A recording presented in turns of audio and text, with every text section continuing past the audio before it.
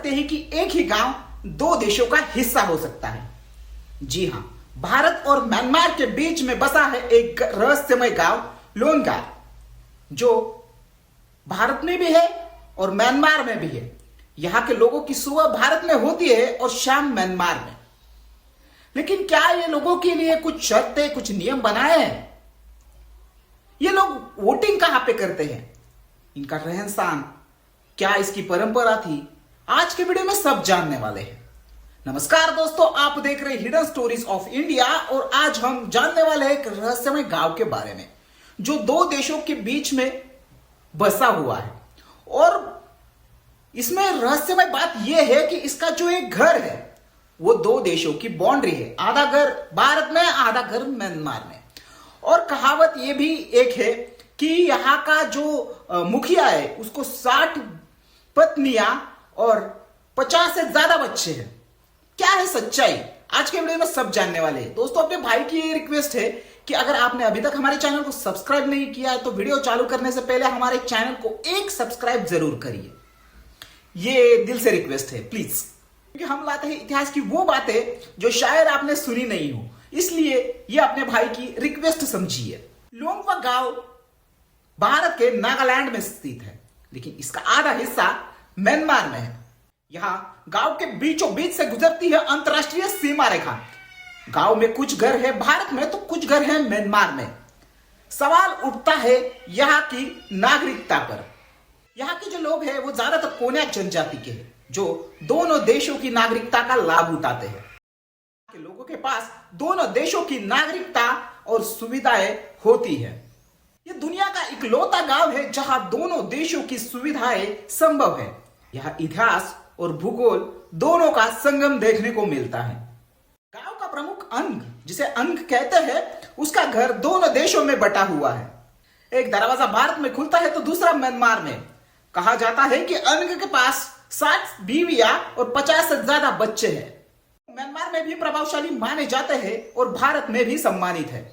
लोंगवा लोग बोलते हैं कोन्याक भाषा, लेकिन हिंदी और अंग्रेजी भी वो थोड़ी बहुत समझ लेते हैं। उनके लिए कोई सीमा नहीं क्योंकि उनकी संस्कृति सीमा पर है। यहाँ का जीवन जंगल, खेती और पारंपरिक जीवन शैली इसके आधार पर है, लेकिन आधुनिकता यहाँ धीरे धीरे कदम रख रही है। गांव को सुरक्षा दृष्टि से बहुत खास माना जाता है। बीएसएफ और म्यांमार की सुरक्षा एजेंसीज भी यहाँ शांति बनाए रखने में सहयोग करती है, लेकिन यहाँ के लोग शांति और अपने रीति रिवाजों में विश्वास करते हैं। उनके लिए देश से ज्यादा गांव की पहचान जरूरी है। गांव का इतिहास नागा संस्कृति और ब्रिटिश राज से भी जुड़ा है। यहाँ के कोन्याक नागा योद्धा भी कभी सर कटाने की परंपरा के लिए प्रसिद्ध थे। आज भी कुछ बुजुर्ग के शरीर पर ऐसे प्रतीक चिन्ह मिलते हैं, लेकिन यह परंपरा अब पूरी तरह खत्म हो चुकी है। यहाँ हर साल हॉर्नबिल फेस्टिवल से पहले पारंपरिक नृत्य, संगीत और हथियार प्रदर्शन होता है। यह कार्यक्रम पर्यटन के लिए बहुत खास होता है। सैकड़ों विदेशी भी यहाँ नागालैंड की सांस्कृतिक झलक देखने आते हैं।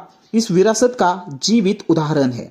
गांव के बच्चों की पढ़ाई के लिए भारत में स्कूल है, म्यांमार में नहीं, इसलिए सरकारी स्कूलों और योजनाओं का लाभ भारत की ओर से ज्यादा मिलता है। हालांकि कुछ छात्र म्यांमार के स्कूलों में भी जाते हैं अगर संबंध होते हैं। यहाँ की शिक्षा प्रणाली भी दो देशों की तरह बटी हुई है। यहाँ के लोग बांस, हस्तशिल्प और पारंपरिक हथियारों से जीवन यापन करते हैं।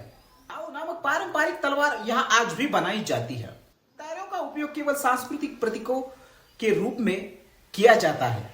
कला और शिल्प यहाँ आज भी जिंदा है। वह गांव में मोबाइल की नेटवर्क है वो आपको कम मिलेगी, लेकिन शांति की जो नेटवर्क है यहाँ आपको फुल मिलेगी। बिजली की सुविधाएं आई है, लेकिन म्यांमार के हिस्से में वो सीमित है। यहाँ के लोग भारत के चुनाव में मतदान करते हैं, लेकिन म्यांमार में नहीं, मगर प्रशासकीय रूप से म्यांमार उन्हें अपने नागरिकता भी मानता है। यह गांव अंतर्राष्ट्रीय कानून की पेचीदगियों के बीच एक शांति सामाजिक संरचना बनाए हुए है। यह सब कुछ एक ही गांव में, हाँ, लोंगवा में। गांव की सीमाएं बिना किसी दीवार या बैरियर के खुली है। यहाँ कोई पासपोर्ट या वीजा नहीं लगता जब आप घर के एक हिस्से से दूसरे में जाते हैं। सीमाएं सिर्फ नक्शे पर होती है, लोंगवा के दिलों में नहीं। यही इसे खास बनाता है।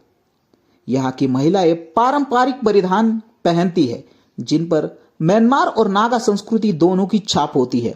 पुरुष पारंपरिक टोपी और गले में हड्डियों की सीपियों की माला पहनते हैं। यह परिधान केवल श्रृंगार नहीं बल्कि पहचान का प्रतीक है।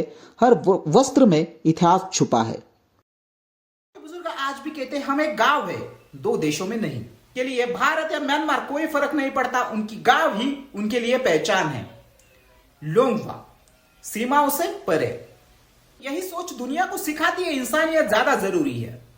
ये गांव का जिक्र अब अंतरराष्ट्रीय डॉक्यूमेंट्रीज में भी किया जा रहा है।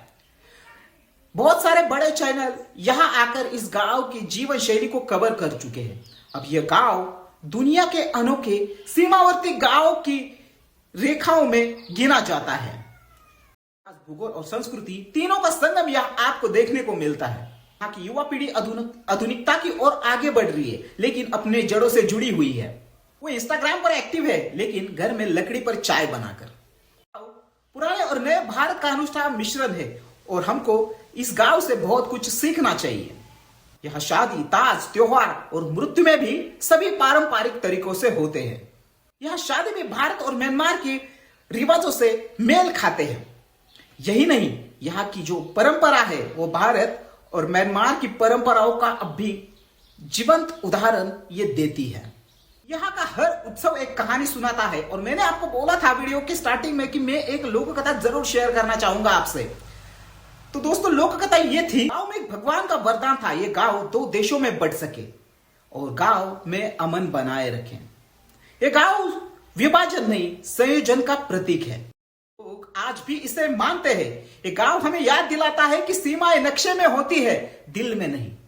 ये गांव इतिहास, रहस्य और संस्कृति का अद्भुत संगम है। जैसे हिडन स्टोरीज ऑफ इंडिया, यहां रहकर लोग एक साथ अच्छे से रह रही है, दोनों देशों में भी होकर। हम तो इंडियंस है, अपने भाई को सपोर्ट करने के लिए हिडन स्टोरीज ऑफ इंडिया को भी सपोर्ट करिए, ताकि मैं ऐसे ही इतिहास से जुड़े रहस्य और किस्से आपके लिए ला सकूं। तो दोस्तों, आई होप आज का वीडियो आपको अच्छा लगा होगा। वीडियो अच्छा लगा हो तो प्लीज वीडियो को लाइक करें, कमेंट करें और वीडियो शेयर जरूर करें। मिलते हैं अगले इतिहास से जुड़े रहस्य और किस्से के साथ। तब तक के लिए जय हिंद, जय भारत।